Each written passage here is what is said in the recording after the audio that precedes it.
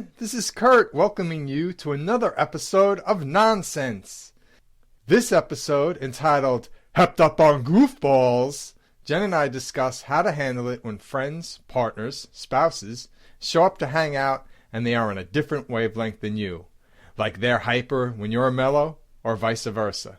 This, of course, leads us to talking about doggy voices, Starbucks versus Dunkin, and other related tangents. And I guess we were a little hepped up on goofballs ourselves for this episode, because some of the tangents towards the end of the show go nowhere, but they're all in good fun, and hey, this is nonsense. Let me also throw in a few quick podcasting buzzwords for those of you who are enjoying things. Subscribe, share, rate, like, review. And now, without any further introductory nonsense, please enjoy our show.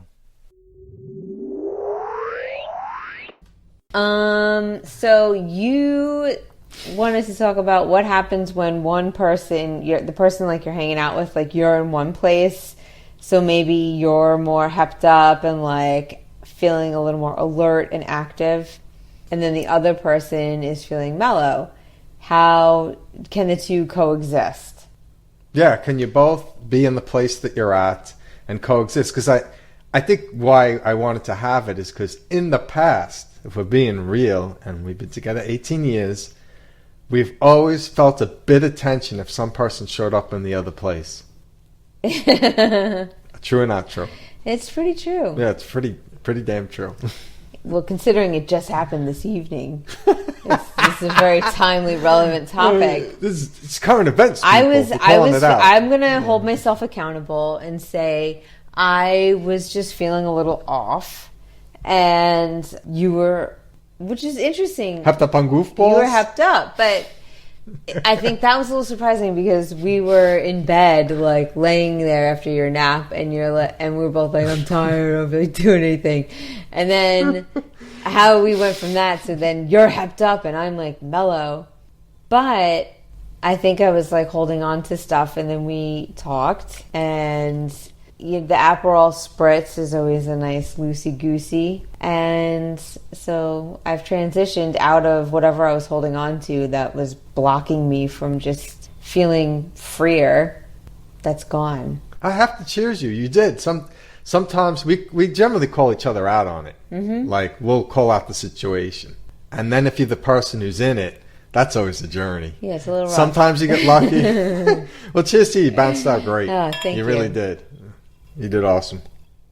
I want to really focus on being okay, because we've always been, if you're the mellow person and the person's bringing it, you feel like a certain, I'm tired, I don't have it in me to bring it, but I feel like they want me to bring it, and I just can't. Can I rally? I mean, if I can, it might looked at as, like, this whole, fill in the blanks, anything you want to say in your head.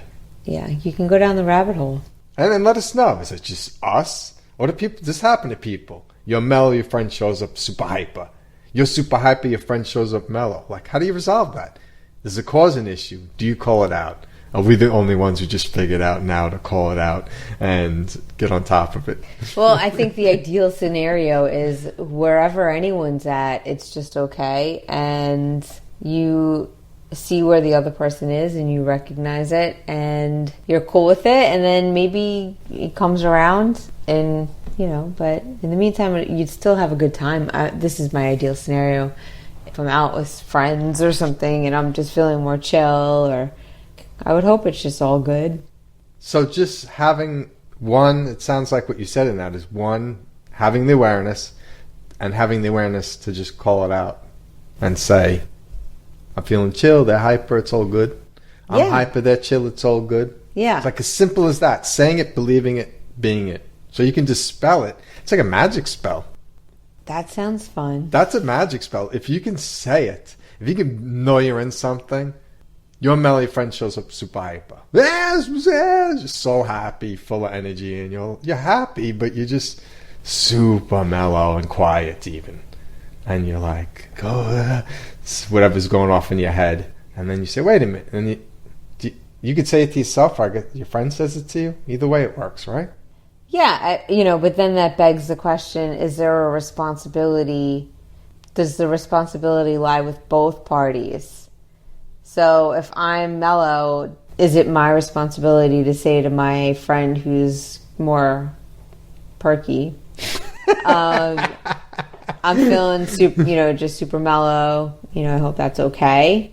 And then is it the other person's responsibility to say, hey, I'm feeling pretty hyper, but you're mellow, like that's cool. We're good. It'll be fun. We'll have fun. And, because if the person's mellow, you're like, oh yeah, well, I'm cool with having fun. Because the person could be mellow, but like wanting to still have a good time just doesn't mean maybe having a higher level of energy. Yeah, for sure.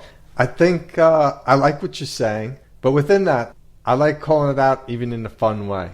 Like, hey, I see you're mellow tonight. And then you do like a little act around it, so it like calls it out and flips it.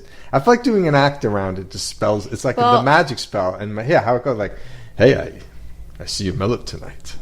And then you're like, I see you're a little hyperactive this evening. And then it's like this real sexed up soap opera. Yeah. I respect your mellowness. I feel like you should be on Days of Our Lives right now with your whole persona. I really respect your hyperactivity. I think we'll get along fantastic this evening. Like if you do a play around it every time, that really calls it out. Well, and just because, you're my husband and I've known you forever, of course you would prefer it being acted out. What? What does that mean? Everything is a skit, a farce, a joke, a riddle, a guess how much game. Check out that episode.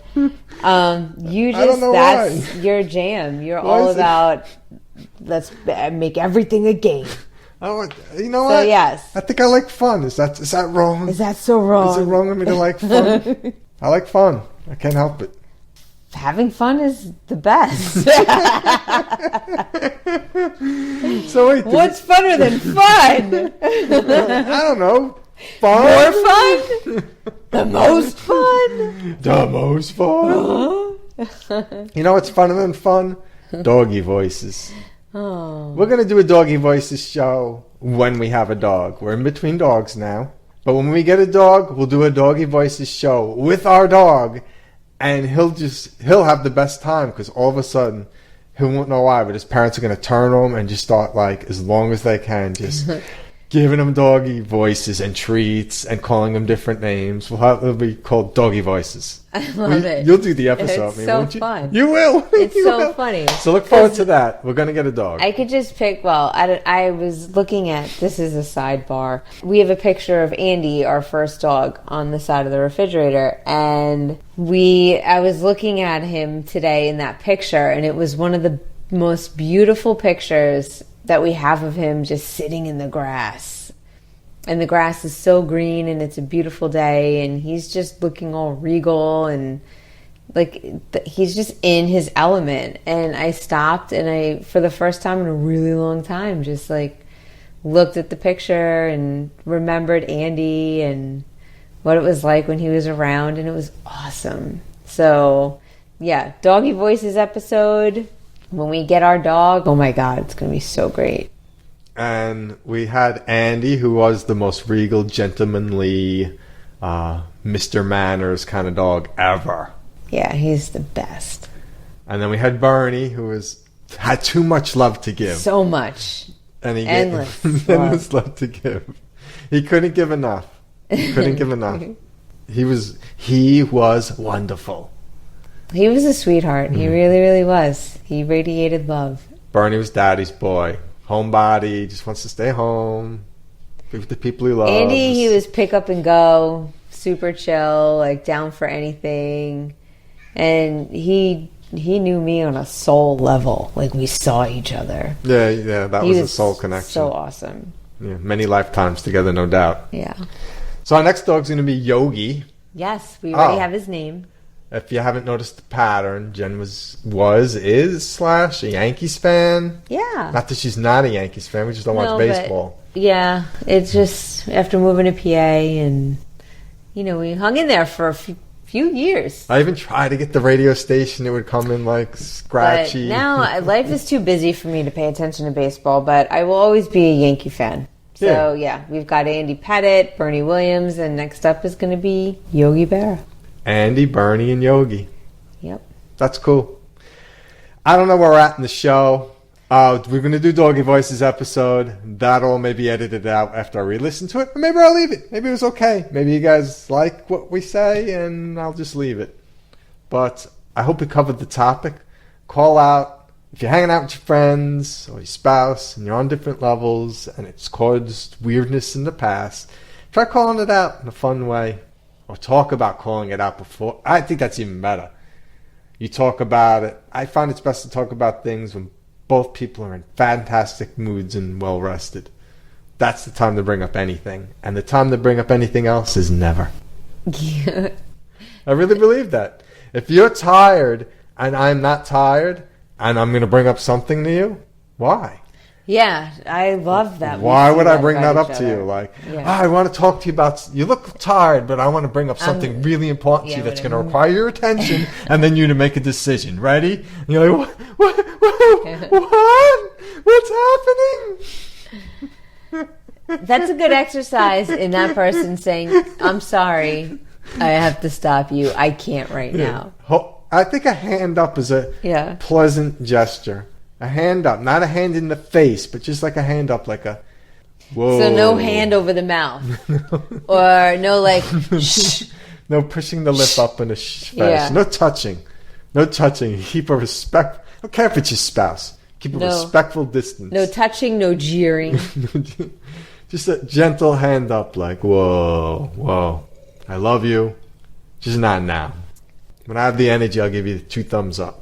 Just like the Fonz. Yeah, and back to what you were saying before, it's both people's, whether it's a friendship or relationship, it's both people's responsibility. You want it to be both people's responsibility, because especially for the person who's maybe having trouble showing up that day, they need the person who's more with it to call it out for them, maybe. Mm-hmm. Sometimes somebody's more aware than other off the get-go. I think 5 minutes... If you know how you're feeling, you should just then share it. If you're aware enough to know. Or feel comfortable. But that's a whole other story. That's a whole other story. I think we beat... What did they say, beat a dead horse? Did people used to beat horses to death, and then there was a point where you're like, all right, it's dead, you don't have to beat it anymore. Like, where did that saying come from? We're going to have to look it up, because, I'd love if you know, I'll give you a $10. If the first person to hear this and comment who knows what that means, I'll somehow get you a $10 gift card to either Starbucks or Dunkin. Little Easter egg bonus. My wife's making a face like, you're going to start giving your money away? No, that's not it. I'm thinking, no, the face was Dunkin', like... I said Starbucks or Dunkin'. I know, but really... Hey, you got to respect people's preferences. I'm going to stick up... It depends where in the country you are, because I think... America runs on Dunkin'. What are you talking about?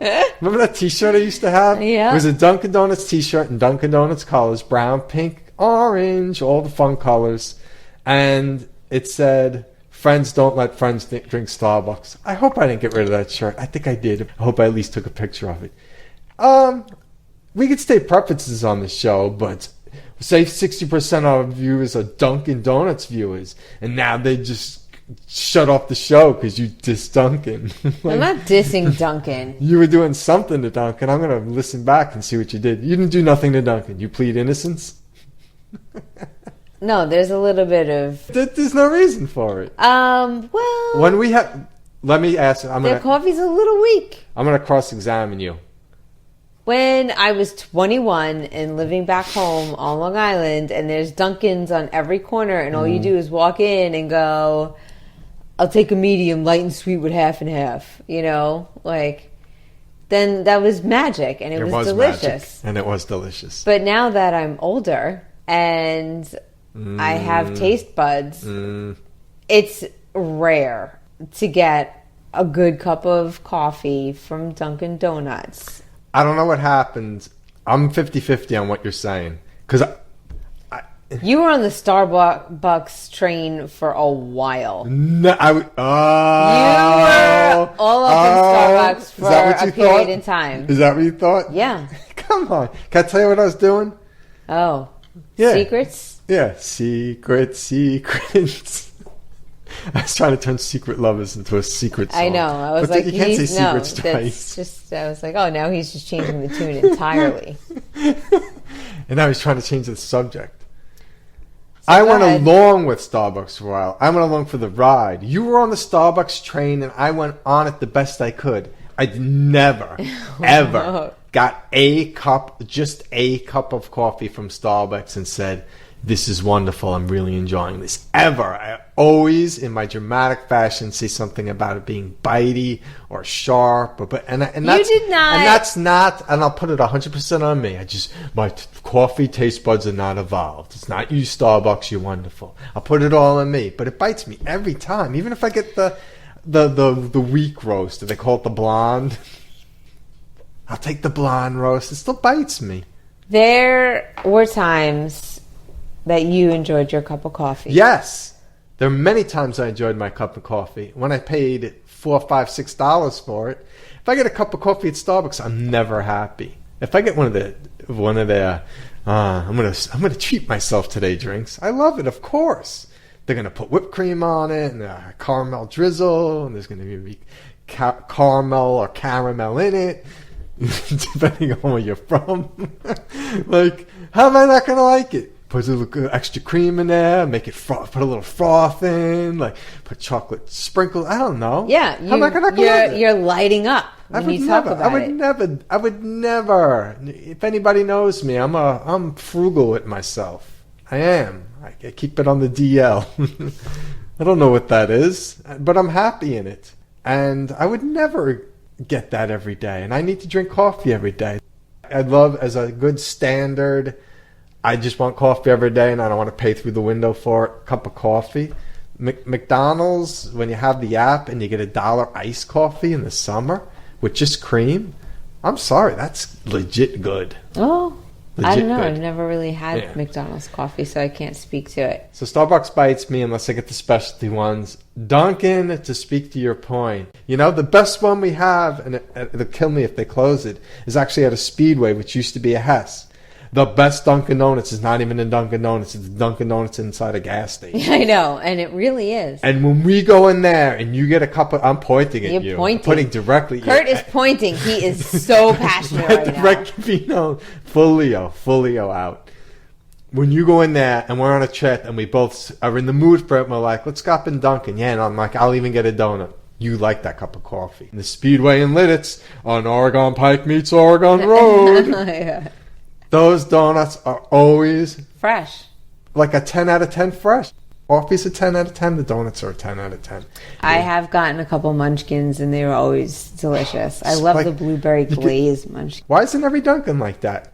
Any McDonald's I go into still. That's one of the few things, like, remember Hostess? Is the Hostess the one that went away and came back? Remember that? No, it was Drake's. Wasn't it? Something went away and came back, and when it came back, it came back, but it doesn't taste like it used to. Yeah. And McDonald's, I got to give McDonald's credit. It tastes exactly the same as when I was 5 years old. And I feel like whenever I go to no matter where you are in the world and you go to get Starbucks, you're consistently getting That's consistent Starbucks. too. If you like Starbucks, you consistently get it. You can depend on them to always deliver. I got to say this. Delicious coffee experience. I was obsessed with the Americanos for a while. Those were delicious. I can't believe I haven't had coffee in 4 months. It's so insane. Do you want to talk? I'm going to ask you to take a minute because I'm down. If you want to talk about that, if that's another show, like that, to me, that's fascinating. I was a tea drinker, and I think part of what made me a coffee drinker is dating and then marrying you. And then your dad's like a big time coffee drinker. Yeah. So it's like that combo, and then of course going from a child to an adult more, and then working more. The coffee becomes a necessity. Oh, now I know everyone drinks coffee. Do you want to talk about that now? Or another show. That's huge. You were a coffee drinker. You made me a coffee drinker. I didn't realize I made you a coffee drinker. I wasn't a coffee drinker before you met me. My mom drank decaf, so that wasn't coffee and that didn't count. And my dad drank tea and that had caffeine in it. So being brought up in that household, and you kind of follow what your parents do sometimes. And Yeah. so I decaf coffee and real tea with caffeine. I was a tea drinker. Grew up a tea drinker. Never drank coffee. Except when I went to the bowling alley when I was a kid. Because my mom would be bowling, and I'd be bored. Didn't have any money as a kid. And what am I going to drink? What? What's that? I see those adults going up and grabbing that and going back to their seats.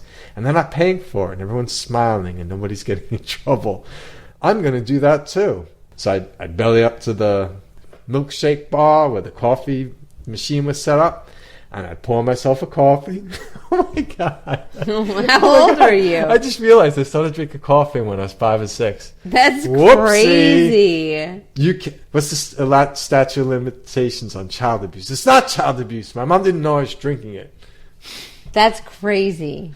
5 So, yeah. years old drinking coffee. Look, only when the leagues won. The leagues were probably only in the summer because that's the only time you can really like bowl and your kids can hang out there and play video games and drink coffee while you bowl and not get into too much trouble. So yeah, I used to go up light and sweet because that was delicious and it was free. So I used to drink coffee. I grew up, my mom was a tea drinker and my dad was a coffee drinker, and I never really got into coffee. Like even like high school, not really. College is probably when I started drinking a little bit more, and then I moved back home, and then it became more and frequently, I guess. And then, yeah, so then I was just drinking, and only a cup in the morning. That's it. I never would drink anything more than that, unless it was like a rare occasion. It's like summertime, and it's the afternoon, and I go for something ice. But usually year-round, I'm like just medium, grande, hot. What's grande? And is that a medium? It's the medium at Starbucks. That's it. Comment with funny, humorous comments. If you're one of those people like me who just does not want to adopt the tall, grande, venti language, I don't want to have to. You know what? To me, it is. It's like I can speak Italian if I have to because we both took it. We can both speak it. We can both speak it, but I don't, and so I don't. But if we go visit Italy, it comes back like 2, 3, 4 days in, it starts coming back. I still won't speak it that much because Jenna loves to speak it, and I like just to listen and interpret it. So coffee, tall, grande, venti. But I'm not gonna ever, unless we go to Italy, speak Italian. I'm just not gonna do it. Maybe to be funny or something, but I'm not gonna be like, oh, Sundays we're gonna speak to each other in Italian day or anything like that. I shouldn't have said that. That better not become a thing. Or maybe it should become a thing. Why poo-poo anything?